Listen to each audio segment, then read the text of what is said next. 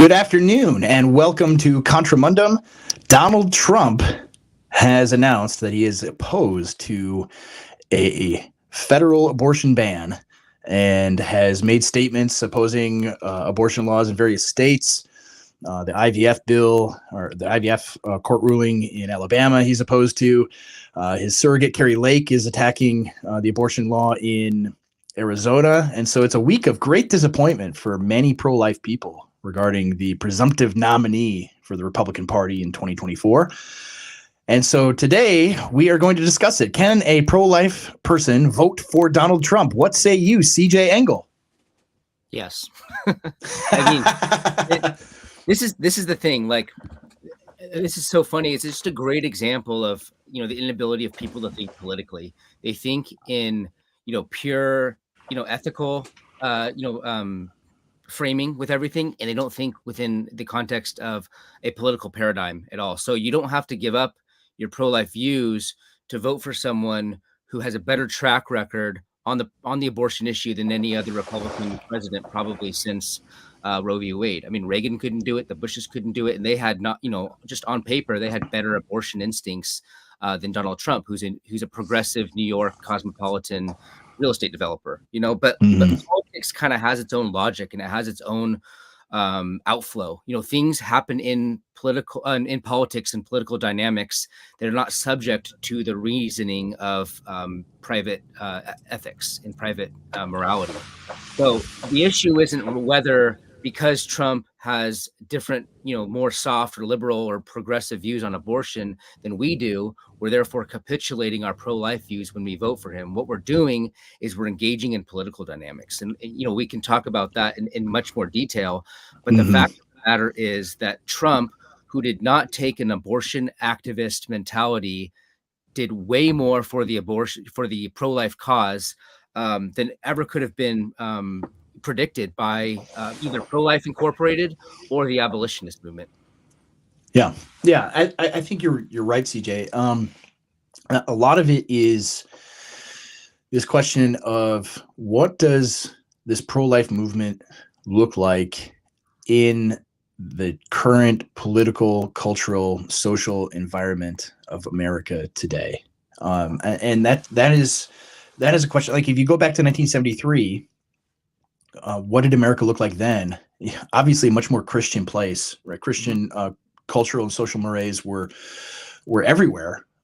Certainly, the majority of the population had them. The issue of abortion hadn't been thought through very well. Like, evangelicals didn't really get on board with pro-life thinking and pro-life ethics until really the 1980s. Later 70s, early 80s, with the work of guys like James Dobson and oh no, I can't think of his name. How Then Shall We Live guy. Francis Schaeffer. Yeah. I can't believe this happens sometimes. You forget things. The pressure of thousands of viewers, millions of people watching us right now gets to you. But right, so you think about those things. We don't live in that world at all today anymore, and a lot of it is largely the failure of the church in the last 60 or 70 years.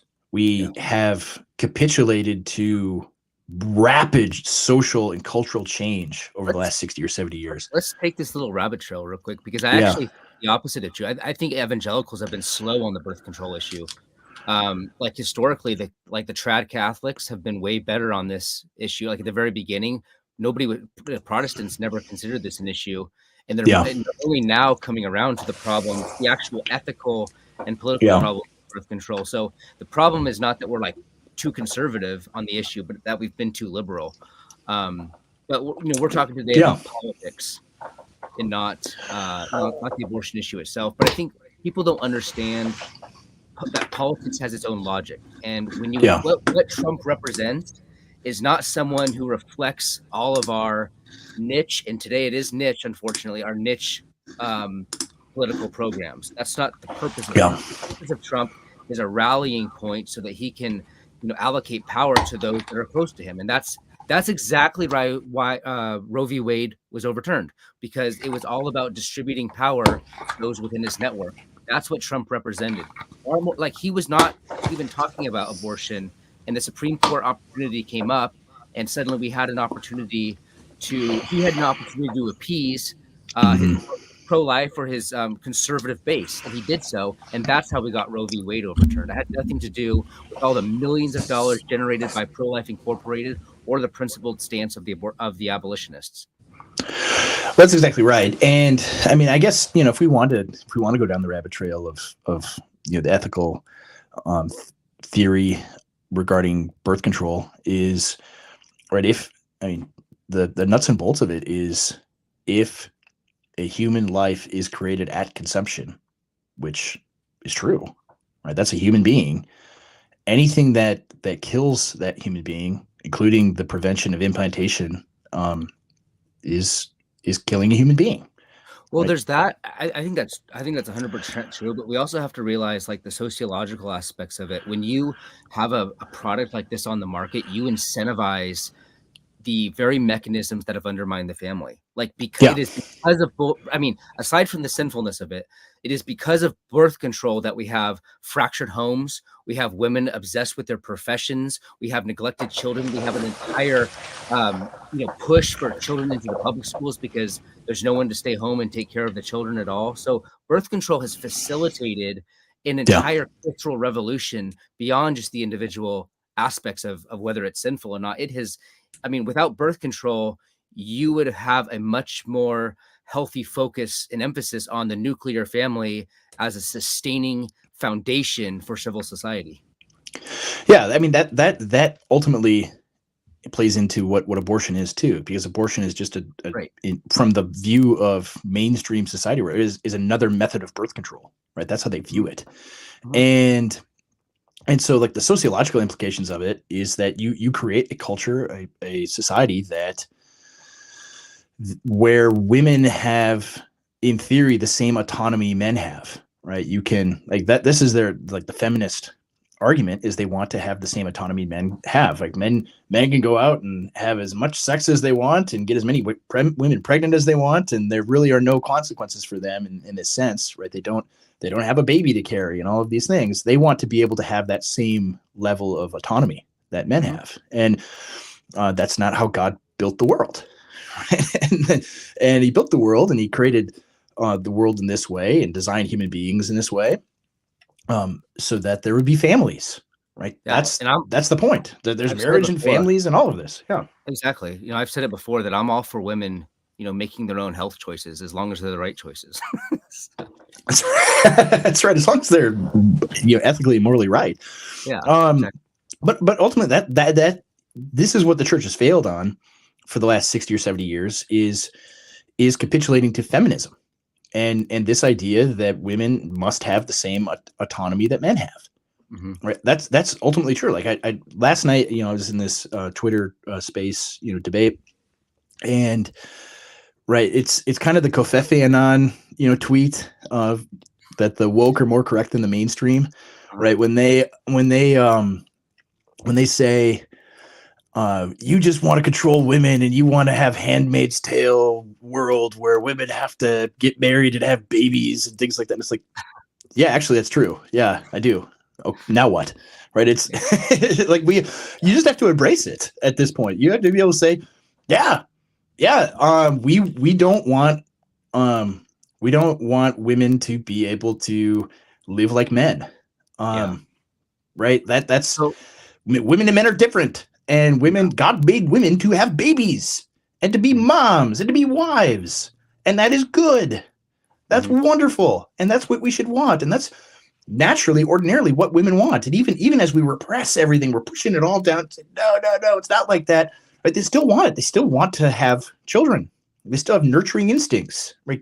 It's rife in, like, every cell of their body to be nurturers and to take care of children. Mm-hmm. And so we've perverted all of that, and the church doesn't talk about these. Just look at, like, complementarianism, and the mode of thinking within evangelicalism. It's like, what complementarianism is what is the absolute least? It's minimalist, right? What's the absolute least amount of adherence to what the Bible says right? Wives, submit to your husbands, and so forth. What's the bare minimum that we can submit to in the Bible and still be acceptable to mainstream culture? Right? That's what complementarianism is. Rather than just saying like the natural order is patriarchal. That's the world God built, and the Bible just assumes it. Right? That we're terrified of doing that because they'll think you're weird, crazy fundamentalist people. And it's like, well, yeah, we are. We believe in reality. Too bad. So let's get focused in. So how would you define abolitionism in this context here? Yeah. So and I want to be fair. Like, so just on abolition, like we did we did the you weren't here for it, but we did like the Ligon Duncan thing, and he like trashed abolitionists, which made me very upset. Even I wouldn't consider myself one, because these are good people, right? These are people that believe that the same thing I do, that abortion is murder and it has to stop. Abortion is child sacrifice and needs to end. And that is not the pro-life position, right? The pro-life position is like abortion is bad and we need to restrict it, I guess, as much as possible. But it's not a crime. It's not murder, because if you say it's murder, then you're saying women are committing murder, and we can't say that. And it's really like pro-lifism, very incoherent, honestly. Whereas abolitionism, like the position they take, is very straightforward, very clear, right? A lot of moral clarity there. The defining characteristic, though, I think of abolitionists is they view we need to end it by any means necessary immediately, and will accept nothing short of that. Right. That's the key, I think, for me. It's like there's any incremental steps in the right direction is unacceptable. Yeah, I think that's. Right? I mean, that would be a fair character. Maybe there's some in the chat. If we're saying it incorrectly, then please correct us. But yeah, I think that's effectively what they believe.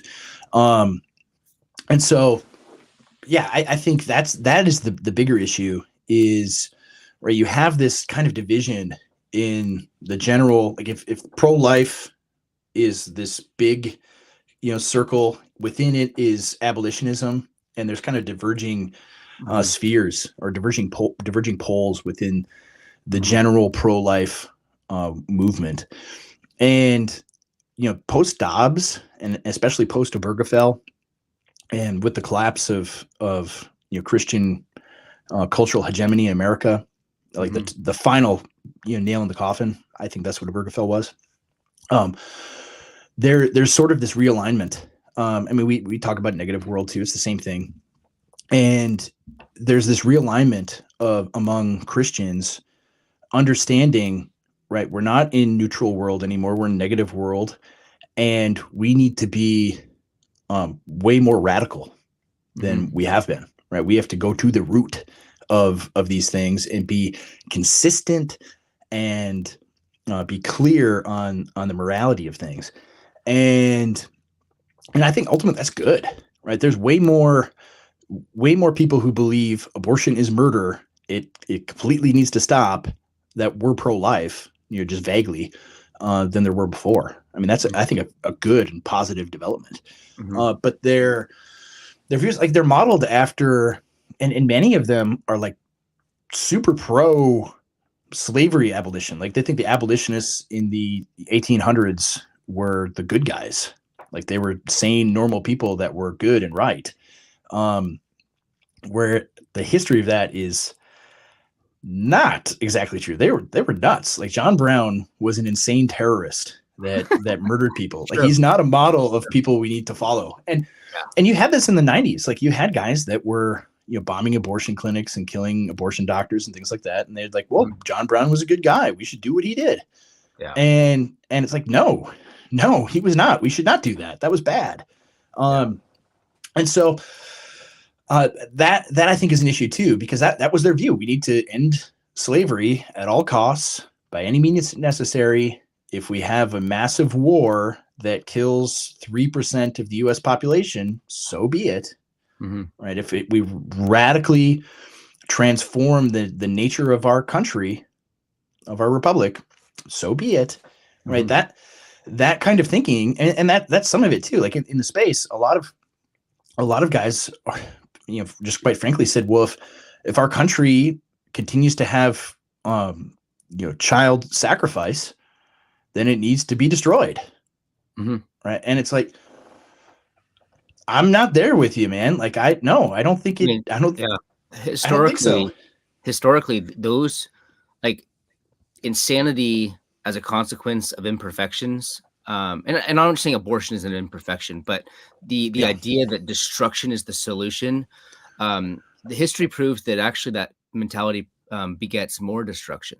I mean, countries and nations, civilization and cultures, all the stability and norms that come about through, the stability of society, those things are actually undermined if you seek total John Brownism, Yeah. I mean, that's what the French Revolution showed as well. Yeah. Yeah. I think so. And the issue in front of us too is within a context of Christian cultural hegemony, where Christians have political power. And I mean, this is part of it too. Like I said, like, we don't have political power, and we're not going to be able to affect change unless we do. People get mad at me saying this, partly because they don't adequately, I think, comprehend what politics is. And you begin to, and the way we've been discipled as Christians for our entire lives is that power is bad. Political power is bad. Jesus' kingdom is not of this world. And so you should never talk about using political power. That's not Christian. But then at the other side of their mouth, they're saying, no, we need to end abortion now. And it's like, well, which is it? Right? Which is it? And the only way you do that is if you have political power and you wield it. Mm-hmm. And within our system, you have to appeal to the entire population of the country, and our country loves abortion. Right, that's where we're at in 2024 because of the social changes that have happened over the last 70 years, because of feminism, because of the sexual revolution. You take abortion away, and all of that collapses. Right, that's the reality. Right, the whole social order that has been manufactured over the last 70 years. You take abortion away, it's done. It's gone. Right? It implodes, and they are not ready for that. They want it. Right? Even Republicans want it. Right? That's what this thing signals. Right? Trump announcing what he does, Kari Lake doing the things that she's doing, signals the American populace, even conservative voters, right, want to have at least some abortion. I don't. Right? That's the political reality. Yeah, I don't think that Trump's any different than the Republican Party at large on abortion, or as it has been for the last 40 years. Yeah, I don't know. Yeah, I don't know if we're yet the minority on the issue. I think there's a lot of people that don't speak up and like fly in the heartland, and like there's a lot of people that are against abortion still. But the fact of the matter is that they are actively changing the mentality of younger people, and abortion is becoming more acceptable, and we have to work in that paradigm. That doesn't mean we capitulate or anything like that. But it does mean we recognize that our political tactics can't be so absolutist that we refuse to take action. Like, that's the thing. You can't let imperfections in political candidates lead to paralyzation. Like that's refusing to engage in politics. And what that does is it creates a vacuum of power that the left can easily fill. I mean, you still have to be out there participating. You still have to be rallying around someone or some momentum and change it like that. That's the denial of politics as an effective means of social change is actually the thing that lost our culture to the left. And the left has been incrementalists for as long as they've been around in the United States. Yeah, and they're extremely effective incrementalists. And the reason why their incrementalism works is because they have a vanguard on the left that is totally uncompromising. That like they'll take the incremental wins and like, all right, on to the next one, the next one, right? Never stop. And the way the right works is we have our vanguard that says we want this is the ideal, and we're going to accept nothing less of that. And then the people closer to the middle do nothing. Just Right? cancel. They just concede. They just concede Well, to the left every single time. Yeah. The left is masters at no enemies to the left. I mean, they've perfected the art of no enemies on their side. They take advantage of incremental opportunities when possible, and they take advantage of absolutist possibilities when possible. Yeah. The moderates fight the extremists, and the extremists refuse to, practice incrementalism.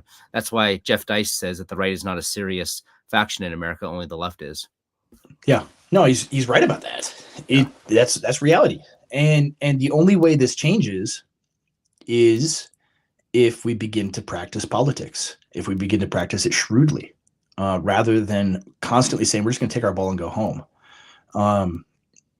Right, that's the reality, and so much of this too, it denies, because it's monomaniacal on this particular issue. It denies the greater, macro level political things happening, right? Mm-hmm. So what are we facing right now in the 2024 election, right? We are facing the intentional demographic replacement of the population of the country. Right. That's it. Maybe people in the comments or any, if libs watch this, like, no, that's not true. That's a conspiracy theory. It's not true. It's like, no, they're literally doing it right now, importing millions of people into the country, giving them IDs so they can go vote, even in some places. and like that's happening. And that is not going to slow down if they win. It'll only rapidly increase. And so the question is that we face in 2024 is, do we have a country? Are we allowed to still have a country called the United States of America? And Biden winning, the answer is no, we don't. And so if you want to have an America where someday we're not murdering millions of children in the womb, well, you have to still have an America for that to happen. Because if you have like this third world country that they want to have, it isn't going to happen, right? We're not going to get there. And so I think it's almost myopic, right? If we focus on this, and some people will say, well, the reason it's happening is because of abortion. It's like, yeah, I actually agree. But that's not cause to be fatalistic about it either, right? It's not like, well, it's happening because of abortion, and so we shouldn't try to stop it. Oh. No, I think we still should. And that's the thing about like demographics and politics too. Like if we lose if white evangelicals, which are the lone bulwark, if we lose our majority, we lose the abortion issue. That's just the fact of the matter. That's the fact of political trends. Yeah, people don't want to recognize that or admit that, but that's reality, right? That's where things are at. And yeah, I don't like that the GOP is shifting on this issue and moving the voters to the left. No, I don't like that at all. I don't like that they do that on homosexuality either. Mm-hmm. But part of it is that they are a minority party, right? They're the party that is not in charge of the propaganda and doesn't have cultural power to enforce social mores on people. The left does. And so they're responding to the context that they're in, which I'm saying is not good. It's not great. I don't want that. But that's the way things are. It's and so what are they supposed to do? Like the thing is, and this is how I look at it, is why is Trump even doing this? Right? Why is he doing it? It's because he has a read on the political situation and thinks this is the avenue to win.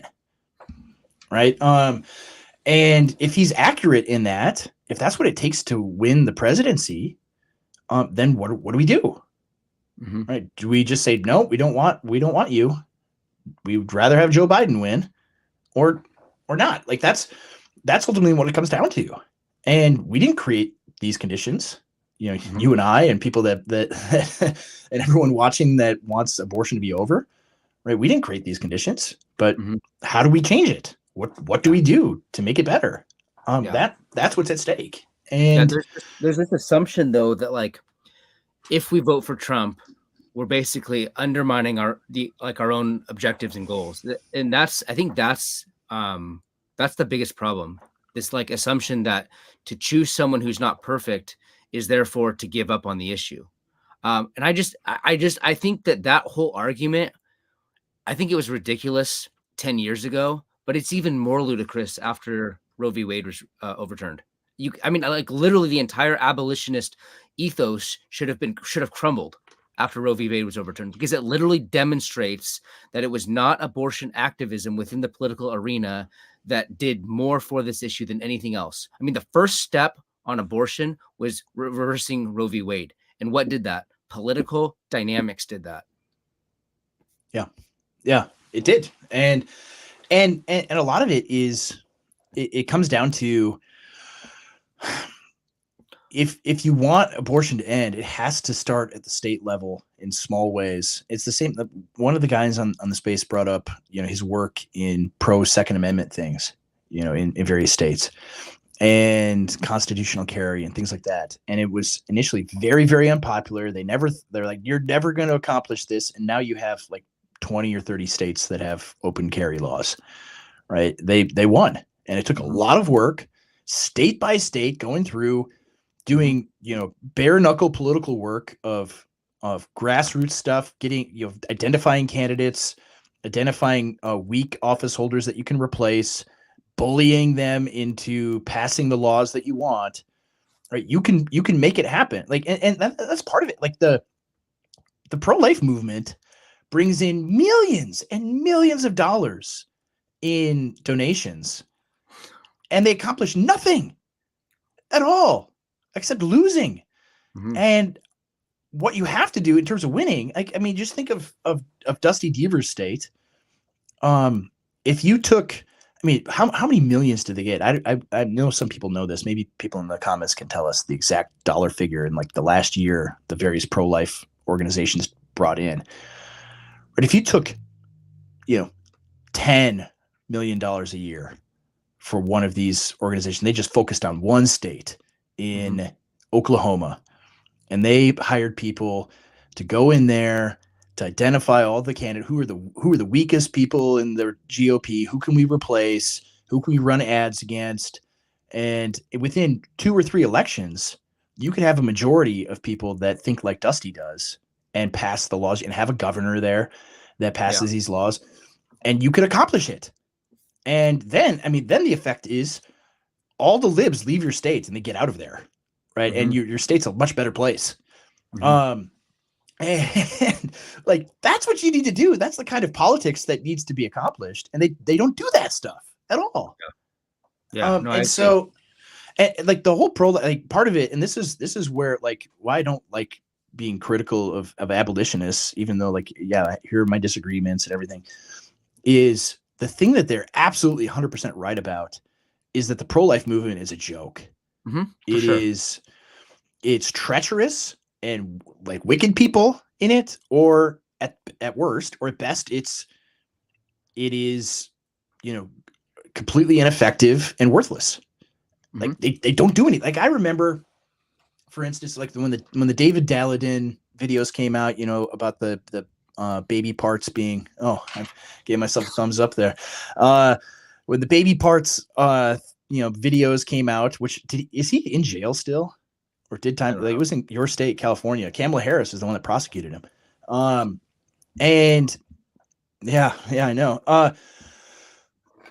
And we went to, I was in Springfield, Missouri at the time, and there were nationwide protests at all the Planned Parenthoods. I keep doing it. All the Planned Parenthoods in throughout the country, and we went there. And Springfield, Missouri was this place where there are like dozens of mega churches of thousands of people, and huge hub of evangelicalism is Springfield. And my little church of like 300 people brought 100 people to that protest, and we made up over half of the people that showed up. And like the leaders of it were like, no, we need to stay on the other side of this busy like 4-lane street across from the Planned Parenthood. We don't want to engage with any of the counter protesters or any of that. And then all of a sudden, all my guys just crossed the street and went like on the sidewalk right in front of them, and like we yelled at each other for an hour, and it was great. And it was like you could see just how wimpy the pro-life movement was in multiple ways from that encounter. One, you have this massive town of like 150,000 people where half the town goes to church every Sunday, and none of the churches in the town, like I emailed a bunch of the pastors and things, like nobody replied. None of them did anything. None of them came to this at all or cared about it. And then on the ground level, like the people that were organizing and leading it were like totally non-confrontational. No, we're pro-life. We're not anti-abortion. It's like, no, we're anti-abortion. We want it to end. Yeah. I don't care. I'll call me that. I don't care. And I'm not pro-life. Like like murderers need to be executed. So no, I'm not going to use that label either. And so it just demonstrated like these are not serious people in any fashion. And you see it within the evangelical world. Like remember 2015 when Donald Trump, right? He's being interviewed by Chris Matthews of MSNBC. Right. You remember? Yeah, I'm sure you remember this, and everyone, watching and listening remembers this. When it's like, well, what do you do if you make abortion illegal? Right. What do you do about the women? And Trump's like, there's got to be some kind of punishment.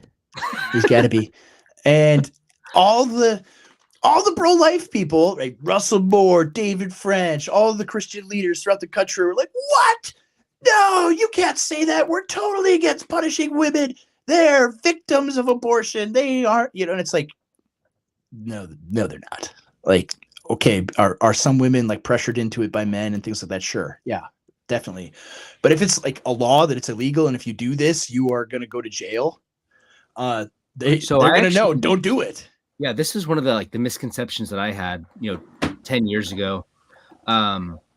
I didn't realize the extent to which a lot of like abortion women are like, it's kind of like a habitual thing. They just kind of do it often whenever they accidentally, like it's part of hookup culture. And so like they're repeating offenders and they are literally just getting it as part of like a lifestyle. And I didn't realize like how big of a problem that was like 10 years ago, that's actually the majority of cases are like that. They just want free sex, consequenceless sex. And that's all. I didn't like, I like, because they trot out the cases of rape and stuff like that to make it a very emotional problem, but that's not abortion culture at all. Abortion culture is very much an industry built on free sex, and obviously the desacralization of sex. Sort of like we've kind of lost that telos, the purpose of love and marriage and all those things. They're all tied together, and so abortion is like very much downstream from this cultural phenomenon that happened over 100 years ago. And so, we have to get, back to the root of the issue and stop talking about things on surface level. Yeah. Yeah. I want to get to this comment here because this is exactly right. Right. Trump put in pro-life justices and the establishment didn't, because he didn't know that Republicans were supposed to subvert the pro-life movement at the last minute. Right. That's a major part of it, is the pro-life movement, and they play like the movement itself, like Prolife Inc. was totally in on this stuff too. It was the golden goose, right? Having Roe versus Wade was great for them because you could raise a bunch of money. You could be the PR agents for the Republican Party and say, this guy is 100% pro-life rating. And then, because Ron Paul brought this up, you could end Roe versus Wade with an up and down vote, just majority vote in both houses and the presidency, right? Constitutionally, you could have done that, right? All you do is vote to amend the Judicial Act, and they don't have jurisdiction on this anymore. And now it's open to the states. You could have ended that with a majority in both houses, and they would never do it because of this, because they're frauds. They're phonies. And well, they lose a lot of money. Like Roe v. Wade has been difficult for the end Roe v. Wade industry. You know what I mean? Yeah, that's right. Golden Goose is dead. Yeah. So, I think that's a major component of this, is just how fraudulent the Pro-Life Inc. Movement is. And it's interesting. Like there's a tweet. I want to get to a tweet. I don't know if I can bring it up on the screen. From JD Greer. Is it Greer? The SBC guys can correct me. He's a loser, so we don't care about pronouncing his name correctly. Anyway, he's awful. He's very bad. President Trump's statement betrays the heart of the pro-life movement. Unborn babies are humans bearing the image of God. Full stop. What President Trump said is not pro-life. It's basically just less aggressive pro-choice. Right? So here's the thing that the Prolife Inc. and Big Eva in the same way, right? They're joint at the hip in many ways, do, right? So you remember the 2015 thing where they, like, these same people lost their minds when Trump was just accidentally consistent on the issue. It's like, oh, it's murder? Well, I guess we should punish the murderers. He's thinking like a salesman. Mm-hmm. I'm just going to say whatever the people want me to hear. And this is what they want. This is what I think logically makes sense that they would want to hear, right? They lose their minds over him saying, no, we can't do that. Same people. Now Trump peddles what the Pro-Life Inc. had been saying during Roe v. Wade forever, which is get rid of Roe v. Wade and bring the issue back to the states. That's his position, right? That's his position on this. Now you have guys like J.D. Greer who are saying, no, unborn babies are made in the image of God. It's not pro-life. It's just slightly less pro-choice. Well, that's what the GOP and that's what Pro-Life Inc. has always been, right? With heartbeat bills and all these other things, is that's not pro-life in this sense. Like, it's not ending abortion. Mm-hmm. It's just less aggressively pro-choice. Mm-hmm. That's what the whole GOP has always been. That's what they've done. That's what it is. Right. That's it. And so, yeah, a gal, Rebecca Schrader, replies to him, right? It says, so you're for a full abortion ban. He promoted incrementalism, and I thought you were in that camp. You're an abolitionist now, right? That's what Trump is doing here, is he's showing the hypocrisy of these people, right? What do they say to that? Are you want an end to abortion fully right now, just like we do? Well, welcome to the party, pal. Right? Well, that's it. Like, they can't say that either. They're not going to, like, J.D. Greer is not going to say that, or David French, or any of these other people. So they're in a bind, right? They're in a huge bind in this way, and they're totally incoherent, and they always have been.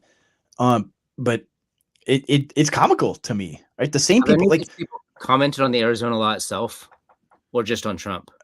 Just on Trump. I don't think I've seen much on the Arizona law and Kari Lake and things like that. Yeah, because it'd be interesting if they do. I haven't actually done we fully support it. Have you done a detailed look on the law? It's a good law, right? What is it, from like the 1870s? Because that's what it's an old law. Not an abortion law on the books in the 1870s. Something like that. Yeah, no, I think there was. Oh, I thought they were just applying precedent to the abortion issue.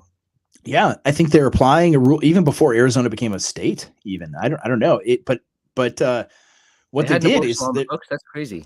They had one, I believe, on the books. Yeah, or at least precedent of maybe based on if you kill a woman who's pregnant or something and kill their baby, like that counts as murder. Like, I think they're applying, like, doing equal protection of unborn, and. So I haven't had a detailed look on it, but so Grey Duck says that it was 1864. So Roe v. Wade prevented it from being applied. Is that right? That's correct. Yeah, that's my understanding. Yeah. Okay, so this is then, if that's true, this is a perfect example of what we're talking about. Trump's political dynamics caused the thing that vocally he's opining against, because politics is more important than opinions. This is exactly what we said at the very beginning, that if this is true, then Trump's politics has its own logic. This is what James Burnham talks about. No amount of like ideology or wishful thinking or like clever political formulations can actually undermine political dynamics. Political dynamics are preeminent. Political dynamics are more important than Trump's actual opinion here. Trump's actions, the very essence and necessities of his political office, caused the abortion issue to go in our direction, not his own opinions on it. That is precisely what we've been arguing. I love that. Yeah. It's a great illustration. Yeah. This is a very Schmittian demonstration of political reality. Yes, it is. And so I don't know. Like, I think we just, ultimately, like, big picture, we have to much more seriously think about politics. We have to think about it, politics as politics, not politics as a debate club or a morality play or things like this, right? And not in the sense that we are putting aside our principles, right? Our principles and what we believe is absolutely true and right and good. Those don't take a back seat. That's not what is being argued here at all. Those are the things that guide us toward the idea. Like, here's the ideal that we want to have over here, and political action is taking us to that end, right? Mm-hmm. That's what we want, right? That's how you have to think about politics. Not, all right, here's the nitty gritty of politics and all the things that have to happen, and I have these moral principles that do not allow me to engage in politics whatsoever. Right. That's the issue. Too. Yeah. Like, oh, we can't do that. Like, I mean, I have this, like, so I said recently that, because Joe Biden says we're gonna give 30 million people student loan relief. We're gonna forgive all their student loans, all this kind of stuff, because where are we at? We're at the looting of the treasury stage of the collapse. Mm-hmm. And they're practicing Schmittian politics. They're rewarding friends and punishing enemies, mm-hmm. right? Who are their friends? All the people that got worthless gender studies degrees. Who are their enemies? Yeah. All of you that pay for it, right? That's what they're doing. And so I said, like, hey, if you qualify for it, take it and don't vote for Biden, right? That's right.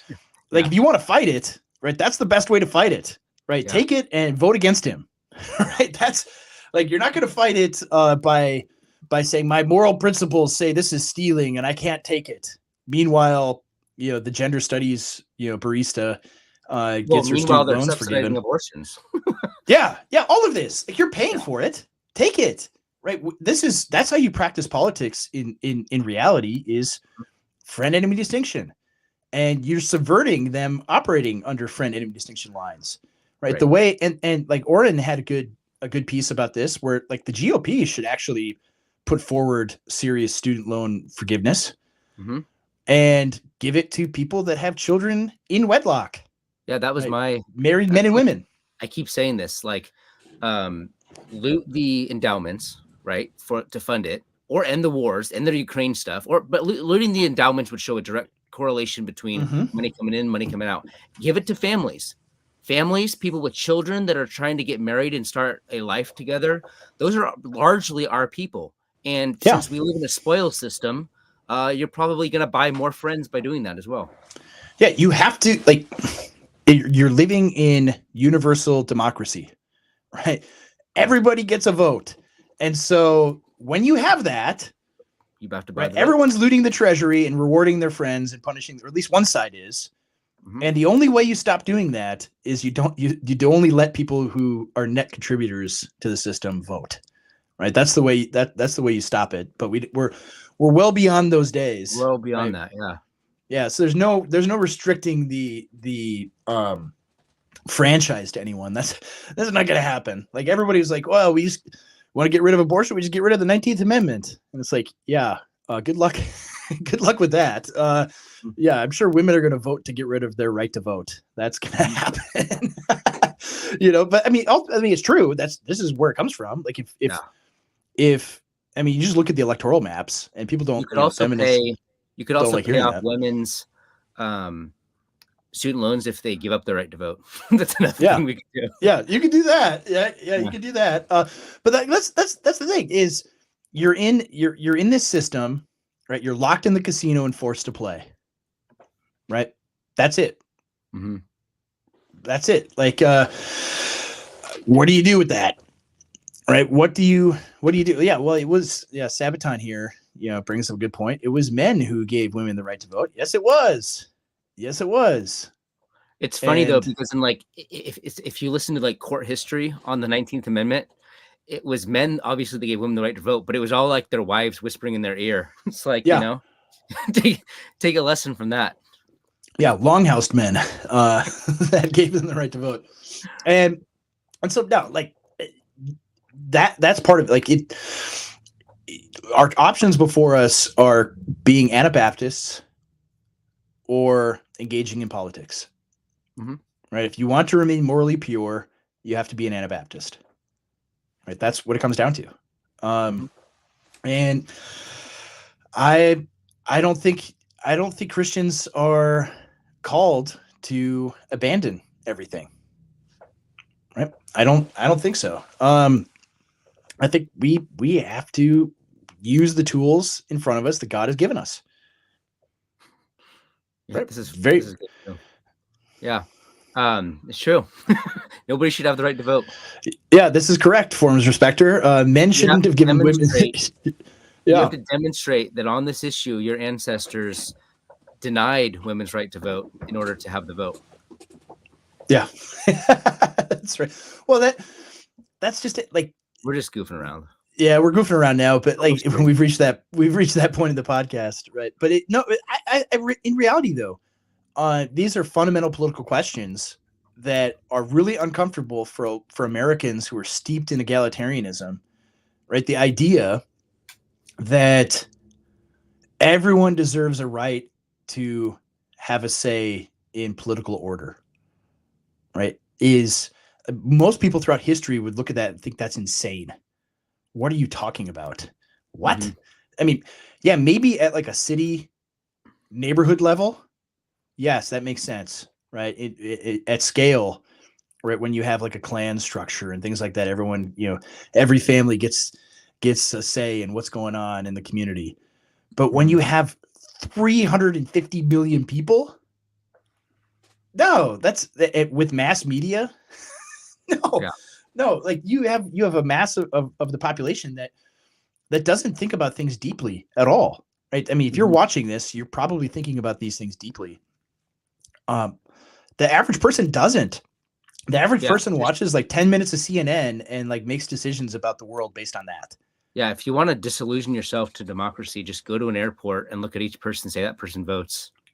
You'll become a monarch, like a monarchist, real fast. Or go to Walmart or Disney World or something and just see the masses, and it's like they have as much say as you do. Isn't that great?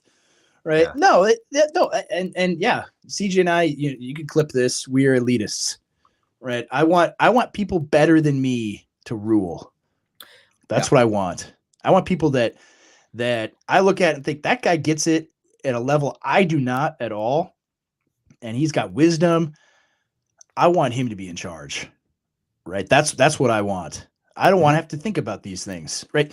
The average person doesn't want to think about these things, right? The average person wants to grill and watch football. Yeah. Right? They don't want to think about this stuff. They just want to have a normal life. The average person is just a regular person that doesn't care about anything other than like what's in front of him. And that's fine. That's actually good. That's how normal societies operate and function. That's so wrong, right? And so, yeah, universal democracy is bad, and it sets everyone in war against everyone else, right? It actually creates this like Lockean state of nature, more than like normal development of natural society does. Yeah, people have this idea of like the voters, like they're contemplative, they're like reading the newspaper and coming to like reasoned opinions and conclusions. That's just ridiculous. They're basically just the recipients. They're like sponges that absorb all the narratives handed to them through digital media. First it was through the newspaper, then television, and now social media. And they're just basically parrots of whatever the elites want them to think. And that's why everything goes leftward. Democracy is a leftward trending political structure. Yeah, if you want to have fun with on social media, just go into the search bar and on any like conservative figure. Like it's really fun right now, like the pro-life people they're losing their minds over Trump saying what he said, and just look at what they just type in, at whatever their handle is, colon George Floyd or Floyd, and you'll find interesting stuff, right? You'll find people that just immediately in Memorial Day 2020 and the days thereafter absorbed whatever the regime narrative was about that instantly, right? Mm-hmm. Without a hint of skepticism whatsoever. I mean, I'm watching this, I'm thinking like, I mean, I know enough cops and people that deal with situations like that had already told me like that guy was overdosing. that guy was overdosing, and there's nothing you can do. And or Juneteenth, like Forge and Anvil says here. Right, all of that is like, they accept whatever they're, no skepticism whatsoever, no critical thinking, and that's what people are, right? Mm-hmm. That's what people are doing. Yeah, Ukraine, whatever the current thing is, they accept the narrative, mm-hmm. and so when you have mass democracy and mass media, this is you just manufacture conditions for whatever political agenda you want. Yeah. Right. That's the system that we have. So within that context, how do you Ghost of Kiev is so put that on. Yes. Godspeed, Samuel. Right. Like that's the reality of the situation that we're in, is whatever the current thing is, people are going to accept it. And if the current thing is Trump is going to force women to have babies against their will, right, then they believe it. Yeah. Right. That's just it. Like, so how do you expect to end abortion in that world? Like, that attitude makes it fun on Twitter. Like, when he was about to be elected, and they had like the under his watchful eye memes and stuff. Like, yeah, it is fun making fun of the propaganda, but the black pill in all of it is like the propaganda. They do the propaganda because it works. Yeah. And people buy it. And it doesn't always hold out. Like, I mean, even like the Ukraine stuff, now people on the right are much more skeptical of it, especially younger people. Mm-hmm. But how do these things change? I mean, these are much bigger questions than just the issue of abortion, right? How do you bring a culture back into reality where it operates within the natural order of things, mm-hmm. right? When you have mass media, you have a managerial regime that is hell bent on subverting the natural order of the world, right? How do you put that toothpaste back in the tube, mm-hmm. right? What do you think, CJ? Right? What do we do? I think well, I'll tell you, and this is the only way this can all come to fruition. Max Weber was right about this. Democracy ends in Caesarism. There's no vote your way out of it. You're not going to get more enlightened. You're going to degenerate. And so the answer is Protestant Franco. I mean, like, that's clever in a people will use it cleverly, but literally, Paul Gottfried says this too. Like, this was predicted a century ago by Max Weber and others, that, like, the end of democracy is Caesarism. You have to have someone that absorbs all power into himself and sets the order on better foundations. That's where I think it ends. I don't think you can have anarchy forever. This moral anarchy, everyone in their own, going in their own direction, and at the same time have this managerial totalitarianism. It's unsustainable. So I think that's my answer. And it's not just like people like, oh, your ideal is like dictatorship. It's like, no, I think that there is an aspect to sociological development that is somewhat deterministic.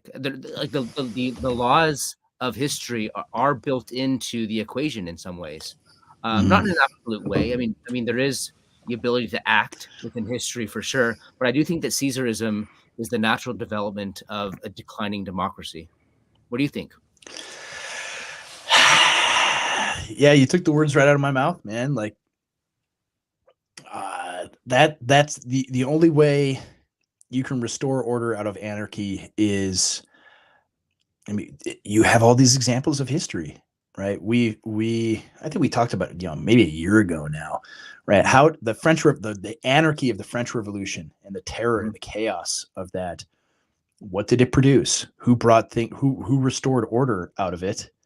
Napoleon did, right? A central figure that takes power, and that, I think, is right. Whether we want it or not, like, that's going to happen, right? There's either going to be a right wing one or a left wing one. Yeah. Right. That's just it. And we have to pray that God gives us one that is a Christian prince. Right. That's ultimately what it comes down to. It's going to happen, right? It's going to happen. And yeah, like Sabaton here, Julius Caesar was also prosecuted on false trumped up charges. Yes, he was. Yes, he was. That's what pushed him over the edge. I mean, this is like Charles Haywood's thing and why he thinks it's Elon Musk. I mean, I'm skeptical of it being him in particular, but it makes sense because it has to be someone near the top in the elite circles that is just going to say enough. Yeah, we're done. And we can be hopeful for that. I mean, and there's reason to be hopeful. Like there are tens of millions of Americans left that want peace and order and stability and want, and love their country, love the USA and love its heritage, love the country that we have built and that we inherited. Yeah. And they are going to want someone to fix things. Now, will they be overwhelmed by demographic change? That seems to be the plan. But seems to be the plan. I don't think that's going to hold up either, right? When you create a South Africa or a Brazil or something along those lines, and you have this collapse of first world standards of living, I don't think people can accept that so easily, right? I don't think people are going to just take it lying down. Like the difference between those situations is you have, even if Americans are no longer a majority in their own country, there's still a sizable enough plurality that they have power in numbers. And so I think the conditions are right there for a leader to emerge. And so Christians have to dispense with our post-war framework of politics, that democracy is good, that voting is good, and that this is what God wants, and this is the only thing we can have. That, right? Sometimes there's different political conditions that give us different that give us different political orders and ways of doing things, right? You might have a king, you might need a king or an emperor or a president for life or whatever you want to call it, right? Yeah. It might happen. And you need to be okay with that. You need to think this is not Christian, right? Well, no, maybe it is. Maybe it is what God wants. Well, that's another thing. Like one of my favorite quotes is this. God, I wish I could remember who said it. I could look it up, but it's every age is justified in the sight of God. And what he means by that is like there's no like idealistic political structure that like every political structure is timeless. Yeah, every political structure is something that can be used for good or used for evil. And there's this sort of like dynamic, political dynamic within that structure. Monarchy has had its good days and its evil days. Democracy has as well. Like more corporate structures have had theirs. There's more organic, aristocratic. Like every age is justified in the sight of God. We can use what God gives us in history and do the best that we can for our friends and push back against our enemies. Yeah. And that's 100% true. And I think that is the hope, that there will be order that will emerge in the chaos and we can be part of building it, right? Yeah. That's what I look at and think about these things. And so, fortunately, this is great. So what you're saying is that the Star Wars prequels are true. Yes, Anakin was the good guy. But no, like ultimately, this is what we're after. We want a stable, peaceful, well-ordered society by any means necessary. Right. I mean, if I'm going to take the abolitionist, ethos with anything, is building. We want that, and I don't care what has to happen to get that. Right. That's what we want, is a stable, well-ordered society that is fundamentally Christian. Right. How do we bring that about? Right. Or how does God bring that about? Right. Using us. There's many avenues for that to happen. It might not be through electoral democracy. It might be through the collapse of electoral democracy. So Yeah, I think, I think we've kind of covered it. Hopefully everyone is now ready to go, vote for Donald Trump after this. Yeah, I am looking forward to Monday, man. Yeah, we should talk about that a little bit. Monday is going to be big. There are Yeah, bigly things happening on Monday. What's big happening things Monday? Yeah, so Monday we are going to do an episode with Martyr Made with Daryl Cooper from Martyr Made, and Rod Donson, who we've had on the show before, is going to join us again for that. Israel. We will talk about Israel and Ukraine, and we'll talk about dispensationalism and Zionism, all of the history.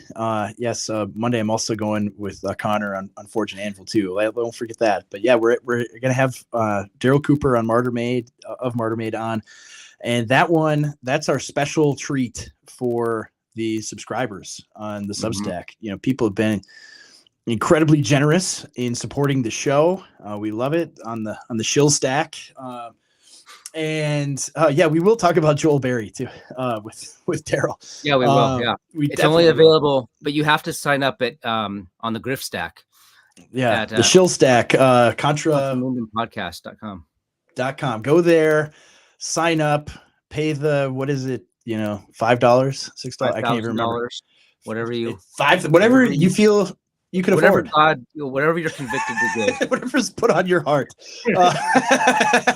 But no, if you want to support the show and get that, we'll release it later. But we want to reward the people that have been really generous with us. So you can be in the chat there. You can ask Daryl and Ron whatever has been on. If you've been listening to Martyr Made and his podcasts on Israel, are we gonna let people join? Or maybe we'll have a segment. Maybe we'll have we'll have the chat going the whole time, but the only people that have access to are the ones that have been sent the secret link on the shill stack. So if you go, you'll have access to that. We'll send another email out on the Substack on Monday before the show starts, but it'll be at same time, noon on Monday. And it's going to be phenomenal. It is excellent stuff. If you're familiar with Daryl, I hope you are. Pretty much everybody is. Has great stuff. Knows more about the Israel-Palestine conflict than I ever will. And if you want to ask him questions, this is your chance. This is the time to join. Yeah, the URL will be found in the dark web. Maybe cryptic. Maybe you can find it. But if you send it to people from the dark web, you will be banned forever. But I'm really looking forward to it. And CJ is gonna engage in super high level intellectual discussions with Daryl, and we'll all get to enjoy that show. So anything else? Anything else you want to promote, CJ, before we sign off? What are your 3 favorite fruits? I agree with you on cherries, pineapple, and I'm gonna depart on the blackberries. I mean, I like blackberries too, CJ, but I mean, I'm an American, so I have to say apple, right? Okay. True Americans include apple on the top 3, and so as we've covered before, you're an Ellis Islander, so you. Okay. I am not an Ellis Island. I actually am partial. Yeah. But however, Sicilian CJ over here. There are so many blackberries around me that it's sort of like a dark nationalism vibe that makes me choose blackberries, though. Well, man, I'm a Minnesotan, and one of our claims to fame is we invented the Honeycrisp apple, right? We invented that, and it is by far the most superior apple in existence, and it's phenomenal. I could eat them all day long until I developed diabetes, and so that's there. Like gotta say the apple, man. And of course, it is regional. Different people are like, no, I like this fruit because, like, if you're in Florida, you're like oranges, of course. I don't like oranges at all. Yeah, they're trash. I like fruit. Orange juice. I like orange juice. I don't like oranges. They make me like my hands are all sticky. Yeah, we don't like that. Hate it. Anti-sticky. All right. Well, no stickiness. Well, on that note, I'm glad we got to cover the top 3 fruits. That is always very important. So yeah, that'll be included in the shill stack too. Maybe this is the other thing that before we go, like I was thinking about like what other stuff do we want to put in there? Like there are, we want to cultivate, high culture, right? And so part of culture is food, right? A huge part of it. I don't know if I highly recommend the book, Supper of the Lamb. I don't know if you've read that, CJ, by Francis Capon. Yeah, I know you don't read very much. It's a phenomenal book. But just an idea of food. It really is. I mean, we're incarnational people. We're not Gnostic, and so food is a major part of creation, what God has created. And so I'm like, we should share like contramundum recipes on the shill stack. We need to the best recipes that we, especially ethnic food. I can give you all the German food you want, right there. My ethnic food is steak and potatoes and broccoli. That's my ethnic food. Well, yeah. Well, I don't know what ethnicity that is. American. American.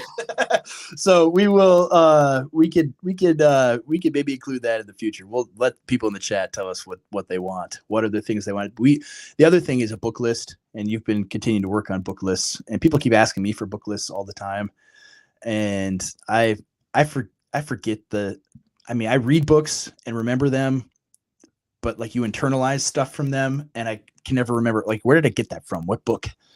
I don't know. It's hard to like go back. Okay, the last 20 years, what stuff have I read, and what do other people need to read? So we're gonna be busy working hard on a book list for our people. But more of that to come for sure. But we're very excited for you all to join us next week. It has been a long time in the making. We're gonna have an April guest too. So they're kind of this is the March guest. So we're a little behind on our guest. Daryl is the March guest. We're going to have an April guest that we'll announce shortly as well. Special guest that will join us for the month. And we're going to keep doing that every month. Every month we're going to get somebody that we want you to be able to ask questions and enjoy it in the chat and pick their brains. Right? These are awesome guys that know a lot of stuff, and you guys have great questions in the chat. Great things to talk about. And so we want to facilitate that. Yeah, maybe forms of spectrum. Maybe it'll be him. Maybe we'll talk to his people, see if he can come on. You gotta pay to find out what's in the bill. You gotta pass the bill. That's right, before you get it. Maybe Donald Trump will join us. We'll see. Audio only, and I won't be here for that episode. So yeah, CJ. So anyway. That's what we got scheduled for us. Thank you all for joining us discussing this topic. It's one that, again, extremely complicated and not as simplistic as we want to think, because we're living in a occupied country, a post-Christian one, a pagan one, where Christians no longer have political power. So how do you operate in light of that? This is going to be things that a thing that we're going to have to continue to think about and talk about, because it's plaguing the church right now, to think through politics in a post-Christian world and how do we operate in this environment. So we'll keep talking about it. We're excited to have our guest on Monday. Maybe we'll talk about it a little bit then too. But I've had a great time. Thank you all. Thank you, CJ. And all of you, remember to stay peacefully dangerous, but very peaceful. And we will see you next time.